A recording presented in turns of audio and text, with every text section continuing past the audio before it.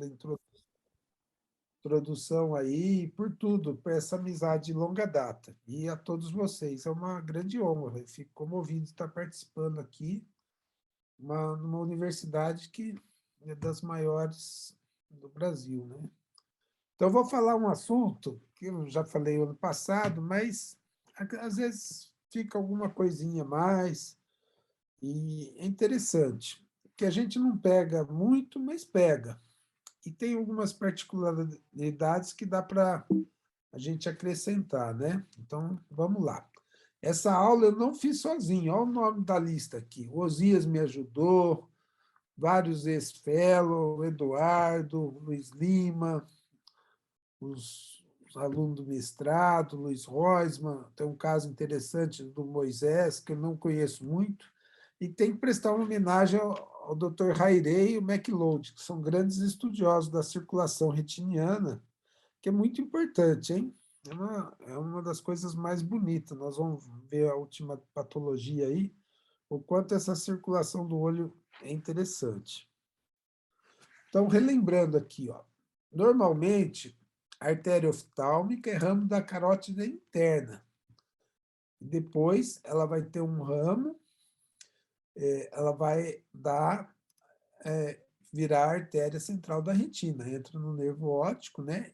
Mas antes disso, a artéria oftálmica ela dá os ramos ciliares posteriores longos e curtos, que irrigam grande parte da coroide, tá? Às vezes, a artéria oftálmica ela é ramo da meninge média. Por que é importante saber isso? Porque, às vezes, existem embolizações de aneurismas, fístulas, que vão ser feitas, neurológicas, que, se tiver essas variantes, às vezes pode dar alguns desastres oclusivos com perda visual ocular. Vou mostrar um caso desse aí, um caso dramático para tratamento de epistaxe. E aqui, as ciliares posteriores, longas e curtas, são várias, elas irrigam toda a coroide e a cabeça do nervo óptico. Nós vamos ver algumas implicações práticas disso. O leito vascular da coroide é muito interessante também. É um fluxo sanguíneo altíssimo. E boa parte da coroide que é responsável pela irrigação da retina, né? Por isso que, quando descola a retina, os pacientes, se ficar muito tempo descolado, não recuperam totalmente a visão, né? Os códigos capilares têm penetrações maiores, é toda uma particularidade a circulação da coroide. Nós temos que gastar uma aula só sobre estudando a circulação da coroide. E é a parte do corpo que tem maior fluxo, né? É 20 vezes maior que o fluxo da retina. Interessante, hein? 10 vezes maior que o cérebro. Então, isso traduz a intensa atividade celular que tem no olho, né? Vocês podem ir interrompendo, tá? Agora são curiosidades apenas, depois vai vir uns casos clínicos que ilustram essa aula. Então, aqui, ó, vendo novamente as artérias ciliares posteriores, está vendo a setinha? Está dando para ver, né? Sim, sim, está perfeito. Tá? A artéria central da retina entrando e depois sai a veia central da retina, sai pelo nervo óptico também, tá bom? E a intensa circulação da cabeça do nervo óptico, é muito importante isso. Agora, quais os tipos de oclusões arteriais que temos? Tem a oclusão da artéria oftálmica, oclusão só das artérias ciliares posteriores, pode ser concomitante, pode ter oclusão da artéria central da retina, pode ter uma oclusão combinada arterial e venosa, que é muito rara, mas dá muito glaucoma neovascular, as oclusões de ramo, as oclusões da artéria cilio-retiniana, que muitas vezes irrigam a fóvea, e pode estar associada à oclusão de veia central da retina, a neuropatia óptica isquêmica. Então, vamos ver várias formas de apresentação clínica. Tem formas transitórias que eu nunca peguei, que dá bastante exudato algodonoso. Então, aqui uma oclusão de ramo arterial, temporal superior, você vai pensar, o paciente às vezes vem encaminhado como DR, né? Com a perda de campo visual superior. Aí você vai ver, já está pensando quando que vai operar, e daí vai ver a oclusão de ramo, né? Temporal superior. E daí você fala, graças a Deus, não vou ter que operar no fim de semana. Mas daí nós vamos ver algumas coisas que temos que fazer com esses casos. Aqui a oclusão da artéria central da retina, então o que aparece de interessante? A mácula cereja. Isso é muito importante para os residentes e fellows saberem. Se não tem a mácula cereja, normalmente é uma oclusão de artéria oftálmica. Por quê? Porque aqui a coroide está patente nesse caso. E quando tem a oclusão oftálmica, as ciliares posteriores não estão irrigando, né?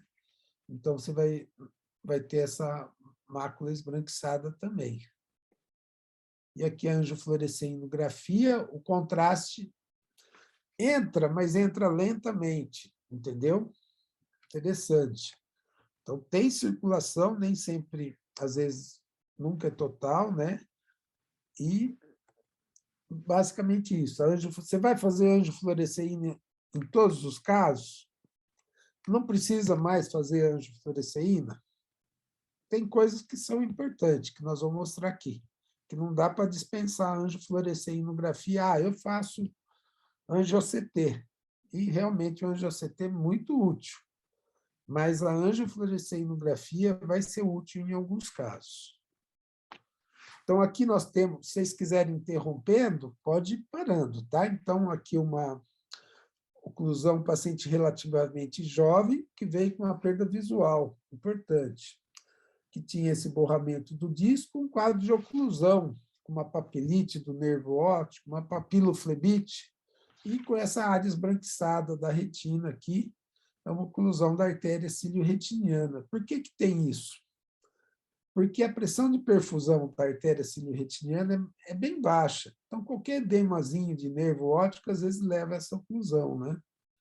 E interessante que esses casos papiloflebite, boa parte deles evoluem bem, mas não dá para acreditar. Tem casos que evoluem muito mal, não dá para você falar, não precisa fazer nada. Às vezes precisa fazer corticoide, anti-VEGF, e às vezes responde mal, casos dramáticos. Mas esse caso aqui evoluiu bem só com observação, de 2001. Nem tinha antiangiogênico nessa época. Mas é um quadro antigo que eu gosto de mostrar sempre. Já peguei outros casos.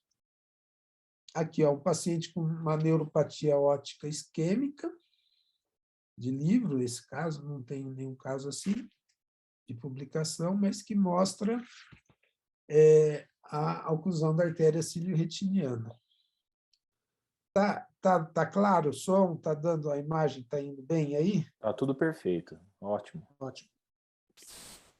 Aqui, agora esse caso aqui. O que vocês acham? É uma criança que foi fazer, ela tinha uma leucemia, foi fazer uma embolização para epistaxe nasal. Veio sem percepção de luz. Então, aqui não tem a mácula cereja, entendeu? Então, uma oclusão de artéria oftálmica. Isso pode ocorrer também naqueles procedimentos dermatológicos, que está muito em voga, né? O que fazer nesses casos? O pessoal fala fazer aquele que usa junto com anestesia retrobulbar lá, como é que chama? Esqueci o nome. Hialosima. Hialosima, né? Mas eu acho que depois que acontece isso, dificilmente reverte. Então, alertar, tem dentista fazendo injeções na glabela, e toda vez que você fazer uma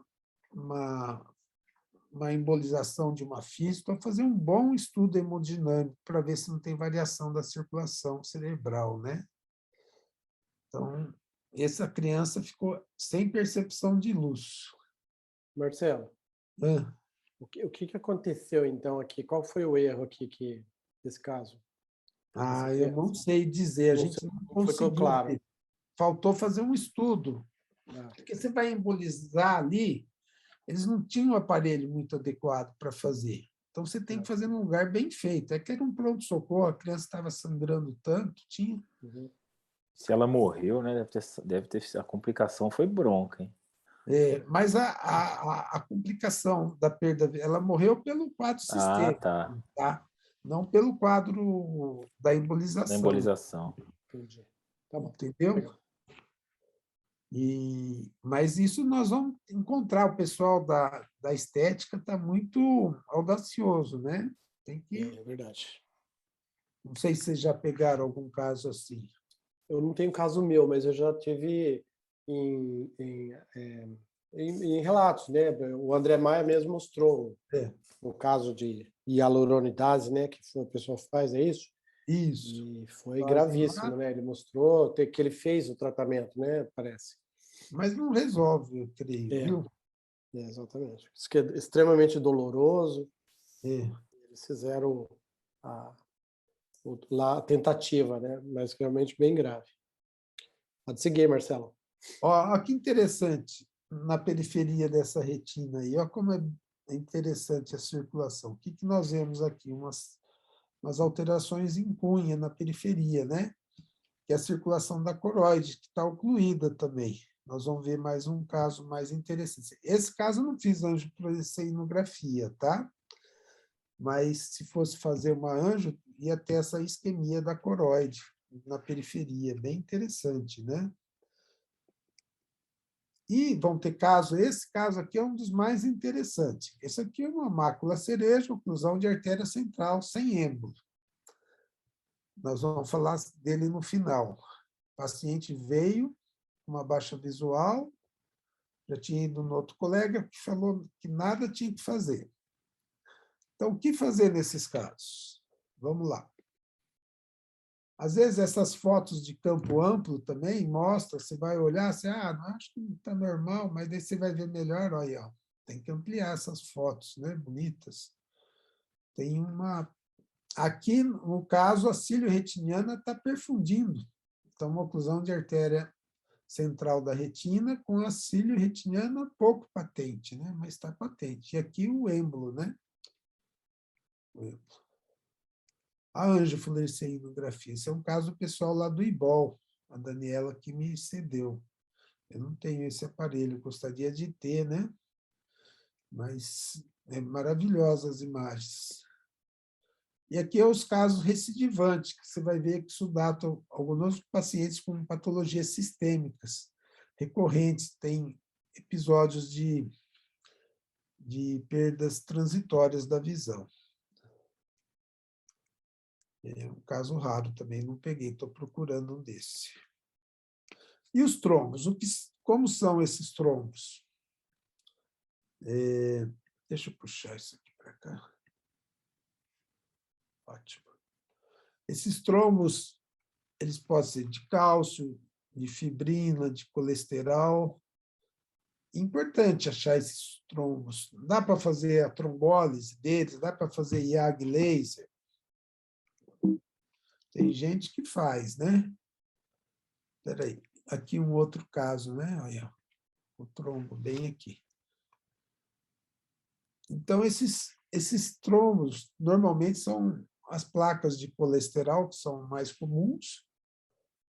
Às vezes pode ser de cálcio, plaqueta e fibrina são maiores os de cálcio. Importante que toda vez que tem esses trombos, a taxa de mortalidade é maior nessa população, né? Sobretudo acima de 50 anos. E o que você encontra num paciente? Quando depois um quadro tardio de oclusão de artéria central da retina, vem o paciente, você vai ver a retina de cor igualzinha. Às vezes o nervo um pouco pálido, daí nós vamos ver aquele OCT fininho, assim, né, com atrofia das camadas retinianas. Então, às vezes, a gente acha que não tem nada, daí você vai ver então, uma sequela de oclusão de ramo arterial ou de artéria central da retina, fundo do olho aparentemente normal. Na fase tardia também pode ter o glaucoma neovascular, que é muito raro, mas nas formas combinadas. E a oclusão de ramo é um quadro semelhante à oclusão de artéria central, pegando o setor só, né? E a fase tardia é o afinamento tardio da região acometida. Então, o que vai acontecer quando ocorre isso? A retina vai ficar edemaciada, sobretudo as camadas internas, que as camadas externas da retina são bastante irrigadas pela coroide. Às vezes vai ter a cílio retiniana em 15% a 30% e essa mácula cereja. O Rairé, ele fez muita oclusão em macaco. Normalmente, você não vai ter uma oclusão total, conforme ele fez nos macacos, que ele dava um nozinho lá na artéria central da retina. Mas diz que depois de 90 a 100 minutos, a lesão é irreversível. O Rairé tem artigos maravilhosos para se ler. É difícil, mas mais que difícil de ler ele é o MacLeod, hein? Agora, não é tão comum, todos nós pegamos, todos aqui de vocês têm consultórios com um movimento grande, vai pegar uns 3, 4 por ano, não sei quantos vocês pegam, né? Mas agudamente, às vezes, 2. Importante saber que esses pacientes, esse grupo de pacientes que tem essa oclusão, os idosos, que têm casos especiais que são diferentes, eles têm um índice, esse grupo, um índice de mortalidade em 9 anos de 56%, comparado ao mesmo grupo otário, que não teve isso, 27%. Então, o paciente que tem oclusão de artéria central da retina, a expectativa média de vida é de 5 anos e meio. Então, estamos lidando com um grupo diferente, né? Que está meio passando mal aí, né? Se vocês tiverem perguntas, viu? Vocês vão fazendo aí. Se eu tiver Marcelo, né? Marcelo, essa epidemiologia, esses dados, tanto faz para central ou de ramo? Eu não sei exatamente, Osias, mas às vezes a de ramo, às vezes não pega tanto, porque às vezes o paciente nem vem para a gente, né? Mas a central é 1 para 100 mil, né? De artéria central aqui. Eu acho menos frequente a de ramo, não sei o que vocês acham aí. O que vocês acham? Não, eu digo em termos de... A morte é a mesma, de morte. Isso, de fisiopatologia, é a mesma. É o mesmo. Entendi. É o mesmo grupo etário, é o mesmo fisiopatologia. Grupo de risco. É. Olha lá. Deixa eu ir aqui. E o prognóstico vai depender, né, do tratamento, da acuidade visual inicial, mas é ruim, né? É ruim para a oclusão de artéria central da retina, mas a oclusão de ramo, em geral, é bom, né? O paciente tem uma perda visual não dolorosa e, às vezes, tem história de outras doenças, né? Doença da carótida, hipertensão, pós-cirúrgico, posicionamento, uso de drogas. Olha esse paciente aqui, um dos casos mais interessantes. Ele veio com várias doenças sistêmicas. Ele veio com fundo de olho normal, com uma perda visual aguda. Alguém fala que tem oclusão da artéria central da retina aí? Isso, né? Eu não lembro daqui. Daí, olha só. Fluorescência normal. Olha o OCT, mostra já a retina ficando meio esbranquiçadinha ali, né? Hiperreflectiva, né? O angio-OCT não mostrava circulação. Olha, isso é legal. E daí eu fiz massagem, mas não tive coragem nesse caso de funcionar. O paciente estava bem doente, né?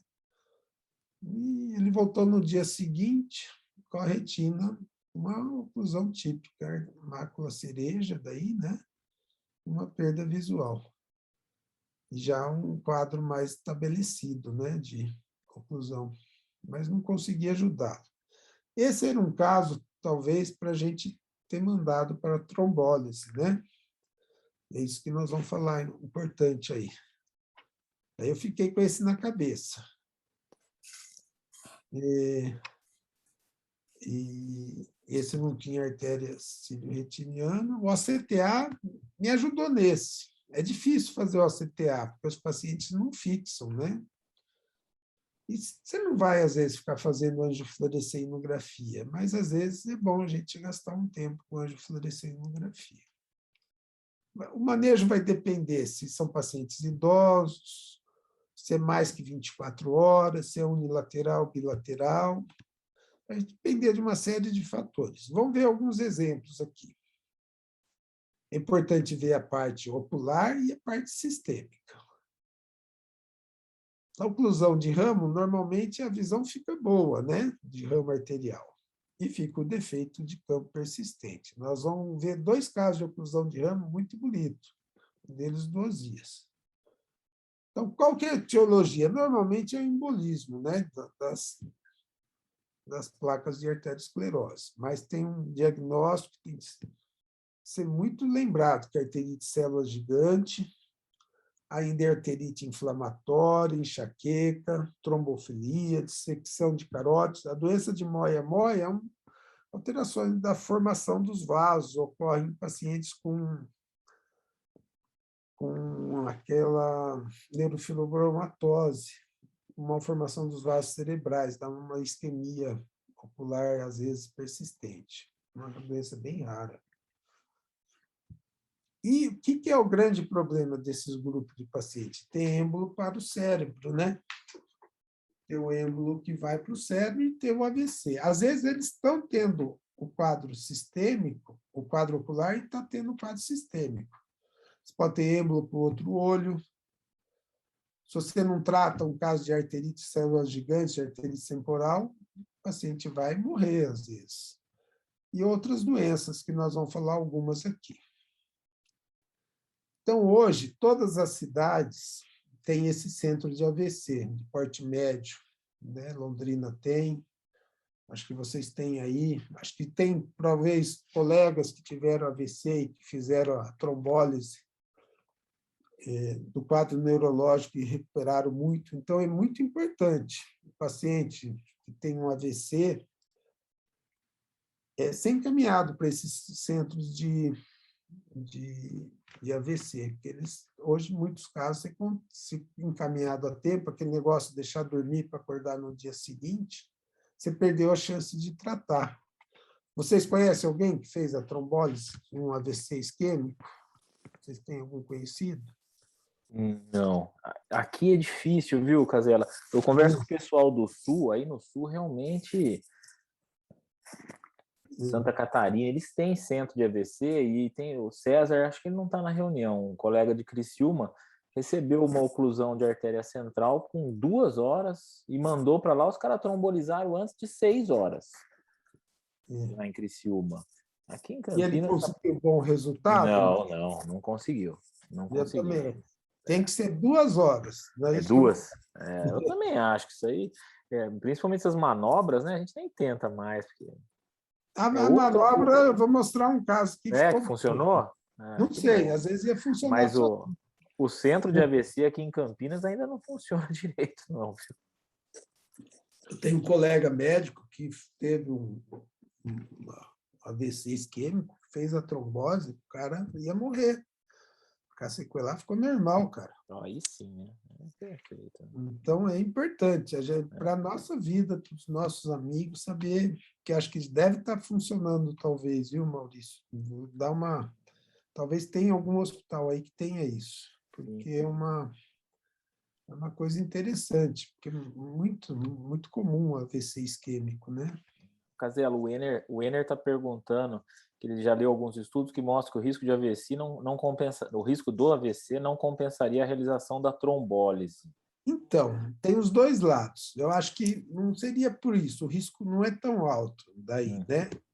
Tem um pessoal que quis vender isso, que tem que fazer trombólise, outros que falaram que não compensa. A verdade é que não é que não compensa. Se for fazer, tem que ter menos que 2 horas, para dar tempo de encaminhar o cara, né? No caso do olho, entendeu? Mas não tem tanto efeito. Esse meu paciente que fez a trombólise e não funcionou, não teve problema. Nada mais. Mas,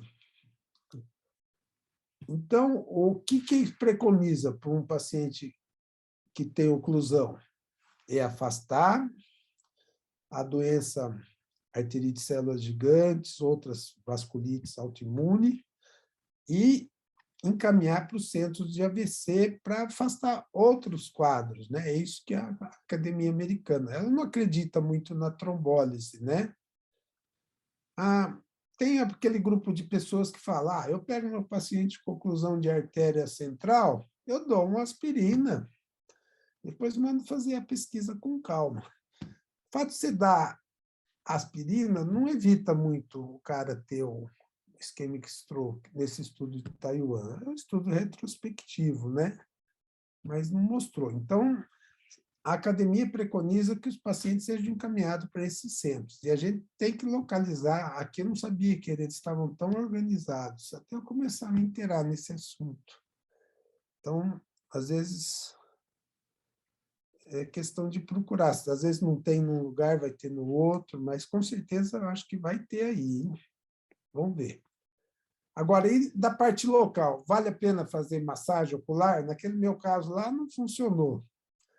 Eu posso ser mais agressivo, fazer uma paracentese da câmara anterior, dou um Diamox, dou um Manitol. O que a gente pode fazer? Câmara hiperbárica. É tudo complicado, você tem que agir rápido. O mais fácil da gente agir é a punção da câmara anterior. E é o que a gente fez nesse caso aqui. Também essa paciente com 2 horas, tem pego uns casos precoces. Mas eu não tinha lido o artigo da trombólise ainda. Então, eu só estava na parte ocular aqui nessa época. Então, eu propus, ela veio com um quadro de oclusão de artéria central da retina, dá para ver a placa aqui do êmbolo, né? E eu propus a punção da câmara anterior. A retina vai ficando esbranquiçada, hiperrefletiva no OCT, né? E no anjo-OCT, esse caso tinha um pouco de perfusão, mas não estava totalmente perfundida a retina também. Daí a gente fez a punção e ela teve uma recirculação. Às vezes ocorre recirculação espontaneamente, mesmo sem fazer a punção. Não dá para falar que foi resultado da punção, né? Por isso também... Aí, foi reperfundindo. E ela ficou com uma visão muito boa, essa paciente. Tem perda de campo, esse campo superior, o campo inferior, né? Ela perdeu. Você viu movimentação do trombo, Marcelo? Não, o trombo ficou no mesmo lugar, ó. O trombo está lá, acho que entrou nas fotos agora, ó. Mas é uma possibilidade ela ter perfusão residual, né? Pelo anjo-OCT lá, tinha Márcia andando lá, né? Então, estava mais perfundido que aquele outro lá. Então, não dá para acreditar, mas ela me agradece de eu ter furado o olhinho dela. Lá na Unicamp tem um caso anedótico, acho que o Enner lembra, que o residente resolveu por si próprio fazer a punção de câmara anterior. Um paciente já tinha mais de 6 horas de história. Aí não resolveu e furou cristalina. Ixi, é isso que é, né? Deu o que fazer esse aí. Aí, meu Deus do céu, coitado. Infelizmente é um risco, né? Se for fazer, você tem discutiu com o docente falou assim, não faz nada, deixa quieto, manda para neuro. Ele falou, e ele ainda tentou furar lá e tocou cristalina. Bicho teimoso, hein? Teimoso, né? Herói, é o herói. E é de 2019 esse caso. Eu não tinha lido o negócio da trombólise ainda, mas olha como ficou bonito hoje a CT do paciente. E agora vem em 2020, né, a trombólise, que começaram a divulgar. Eu não sei se tem dinheiro nessa jogada, não entendi ainda, porque eles estão divulgando muito, hein? Que é tempo que a artéria central da retina tem um diâmetro maior que as outras que eles fazem trombólise, e que dá para fazer. Dá para fazer. Então, eles estão falando isso, os neuro me procuraram até. Aí tem vários relatos aqui de casos, mas são todos relatos complicados, viu? São estudos não muito controlados, não tem grandes acidentes, viu, Werner? Mas, sei lá, talvez o pessoal não publica também os casos ruins, né? Mesmo porque dá implicação médico-legal, né? Então, tem essa força para fazer a trombólise, mas o mais importante é o paciente ser encaminhado para o centro para ver se ele não está tendo AVC, que não está sintomático, né? Cerebral, entendeu? Então, veio esse paciente com 4 horas. Marcelo, Oi. a trombólise é a mesma que faz no caso do AVC? Então, é a mesma. Então, se ele estiver começando a ter um AVC, ele no fim ele pode ganhar, porque ele vai fazer a trombólise por conta do AVC e acabar podendo ter benefício no olho, né? Então, daí que eles fazem, tem todo um protocolo, eles fazem anjo-ressonância, anjo-tomo, para ver lá. E nesse caso aqui, eles fizeram um estudo, eles achavam que não ia ter grande benefício, mas fizeram. A retina já está meio afinada. Esse achado característico do ACT, né? O anjo-ACT é difícil pegar umas boas. O paciente mexe o olho. E não fez fra nem fru, viu? Nesse paciente, a visão continuou ruim. Ainda bem que ele foi pelo SUS, mas não se beneficiou. Então, existe todo uns relatos bem complicados, esse artigo do Progress. Depois eu vou mandar para vocês.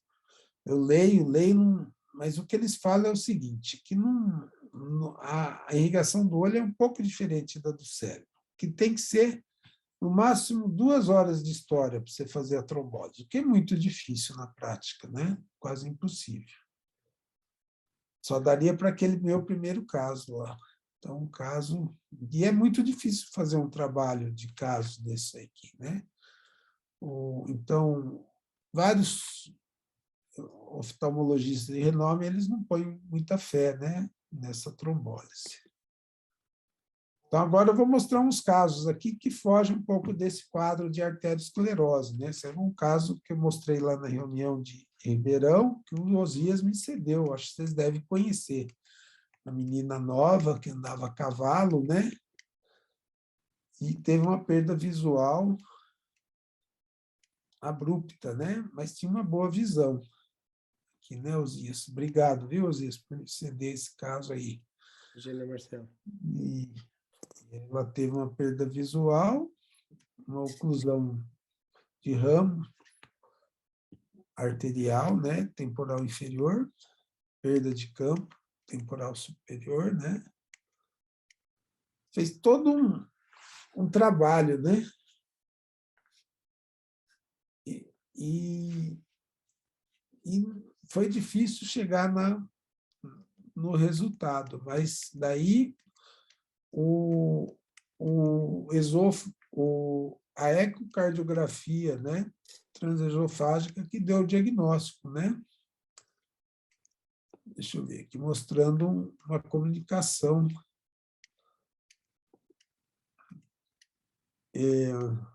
Uma comunicação, né? Uma persistência do forame oval.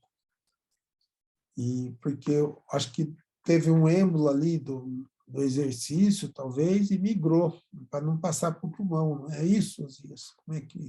Foi isso mesmo. Não tinha explicação de como que esse êmbolo passou, né?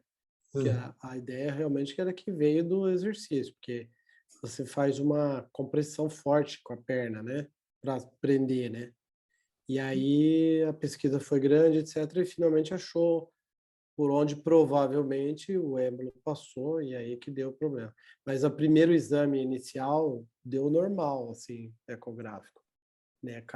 Ecocardiográfico. Só depois que fez um teste diferenciado, transesofágico, que conseguiu detectar, né? E isso aí, eu já vi o paciente com quadro igual, com o mesmo problema, só que não teve o AVC, não foi ocular, entendeu?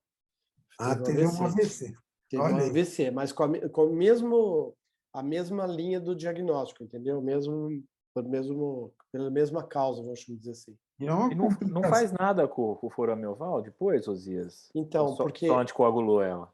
Exatamente isso. Porque daí só fez a anticoagulação, né? Anticoagulação. Para poder. Mas, assim, esse outro paciente que eu estou falando foi, assim, também ficou aquela pesquisa maluca, né? Porque que teve, e aí achou, era um problema cardíaco, praticamente igual, mas só que foi um AVC, foi muito mais grave do que um ramo da artéria da retina.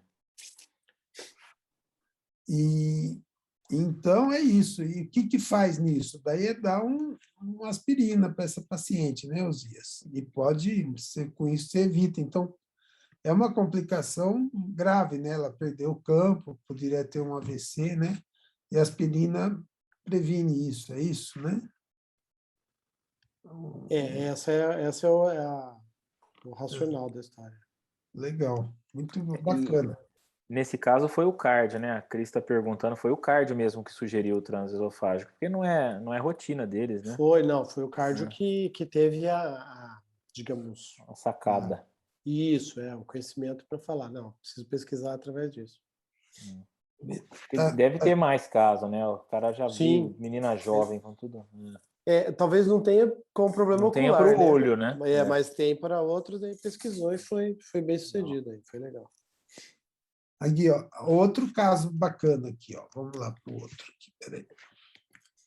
Do Moisés, esse, uma baixa visual, né? No olho esquerdo, com essa oclusão arterial, de ramo arterial também, né? Ah, anjo, que bonita. O pessoal do IBOL tem umas anjos maravilhosas, né? Mas, olha, tem uma vasculite arterial ali, né? Tem uma inflamação. O que seria isso, né? O paciente tinha também uma baixa auditiva e algumas queixas neurológicas em específico.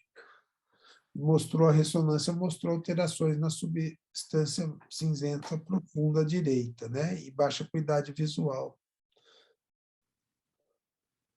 Então, o diagnóstico aqui é síndrome de Sousa, que se trata com imunossupressor, né? Tá bom?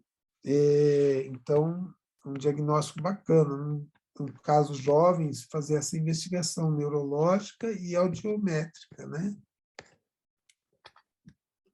O Sousa que foi diagnosticado a partir do olho, Marcelo? A partir do olho, né? O olho é uma das principais causas, né? Com a perda visual aguda.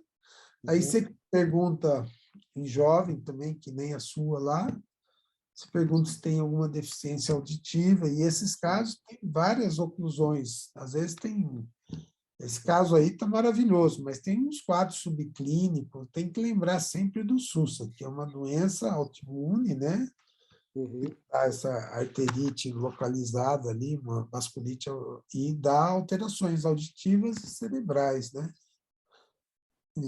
Uma doença bem bacana para a gente não esquecer esse diagnóstico, né? Não sei se vocês já pegaram, eu ainda não estou procurando um SUS, mas ainda não peguei. Não. Eu estou de olho para mandar para você.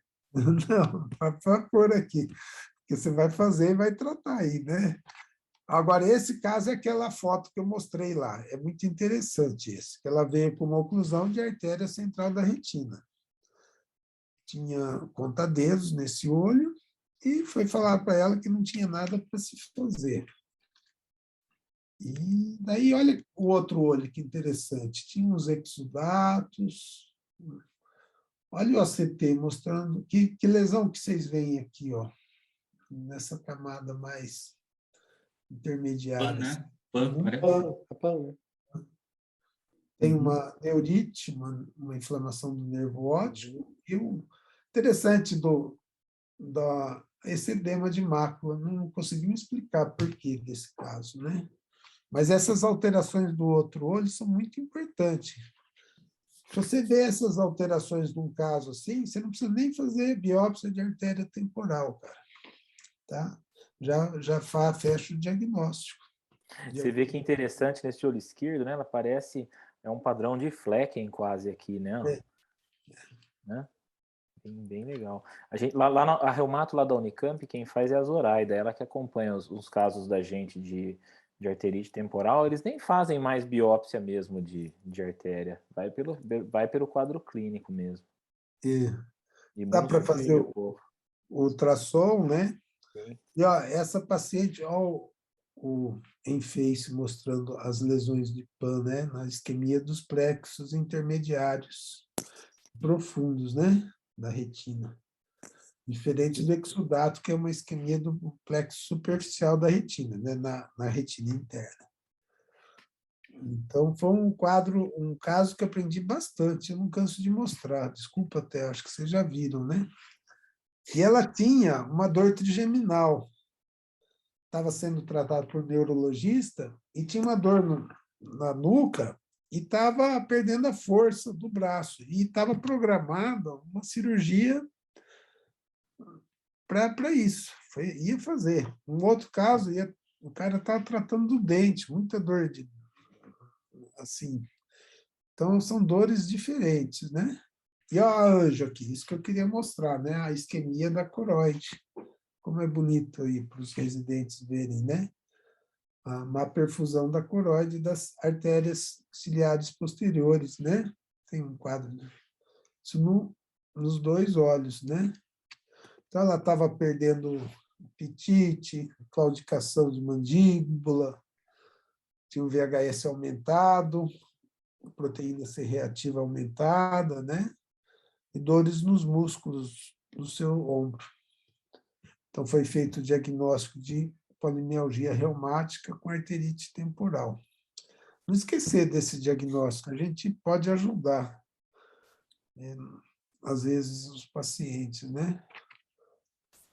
A gente precisa passar um para você, que a gente falou, acho que ano passado, Casella, de um rapaz jovem que chegou com oclusão de artéria central lá no pronto-socorro bilateral. E ele estava foi diagnosticado Takayasu nesse. Esse é verdade, hein? Precisava mandar essas imagens para você colocar também na sua aula aí para enriquecer. Aí seria bacana, viu? Estou guardando, Maurício. Eu acho que o Arthur Favarato, que está comandando aí o Zoom, ele já anota, ele já depois passa as imagens para você colocar também aí. Bem legal o caso, viu? A gente está com alguns casos de arterite. É trágico porque ficou cego, né? Mas salvou a vida dele, né? Então, isso que, nesses casos de arterite céus gigante, SUSAC, o tratamento sistêmico vai... É importantíssimo. E Takayasu, a doença sem impulso. Eu tenho um caso, mas não é tão característico. Então, a isquemia da coroide é interessante nesses casos. Aqui, ó, mostrando onde ocorre o PAN, né? A isquemia nos plexos mais profundos da retina, né? E aí é importante a anjo, né, Marcelo, nesses casos, né? Para ver a isquemia da coroide. É muito bacana. Que vai ser só na anjo, né? Que dá para ver, né? Então, o pessoal está querendo ver isso no anjo ACT, mas é difícil, hein? Mas agora você pega um quadro assim, você não precisa nem mais. O Dr. Mário Luiz, nós mandamos, deu 9 casos de arterite. Tá. Agora, se eu pego um PAN, ou mesmo essa isquemia de coroide, não precisa mais fazer biópsia de diagnóstico, já trata o cara. Certo, perfeito. Então, ó, fiquem atentos. As oclusões, finalizando aqui essa aula, acho que pode passar, era para acabar 7, o vídeo não é cumprido. A hora que você quiser, acaba. Tranquilo, Marcelo. Conclui e depois a gente vai para o outro, sem problemas. A oclusão arteriais retinal aguda deve ser encaminhada para centro de AVC. Tem que localizar algum perto de vocês aí. Caso de oclusões combinadas, eu tirei alguns casos para não ficar comprido. Dá muito glaucoma neovascular. Oclusões de ramo, arteriais de ramos recorrentes em jovem, associada a sintomas vestíbulos cocleares, sintomas neurológicos, pode ser uma síndrome de Sussek. No diagnóstico de arterite de células gigantes, você pode ter uma oclusão de artéria central da retina. Isso é importante você pedir o VHS de todos os casos e ver o olho contralateral. Era basicamente isso.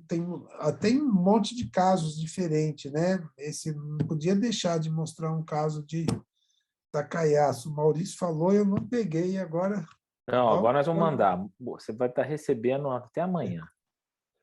E é muito obrigado aí. Aqui está o meu e-mail. Vocês, pode mandar no meu e-mail. Como é que ele chama, o colega? Arthur Favarotto. Arthur, manda para mim aí. Tá? Daí sempre que for, Eu eu não vou sei dar se o está com o nome. Arthur ou se está com a Armádia. Está com algum deles. Um dos Tá. fellows. Eu cobro deles, pode deixar. Não sei, ficou.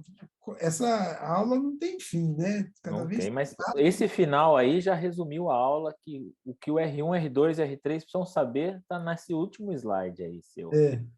Muito bom.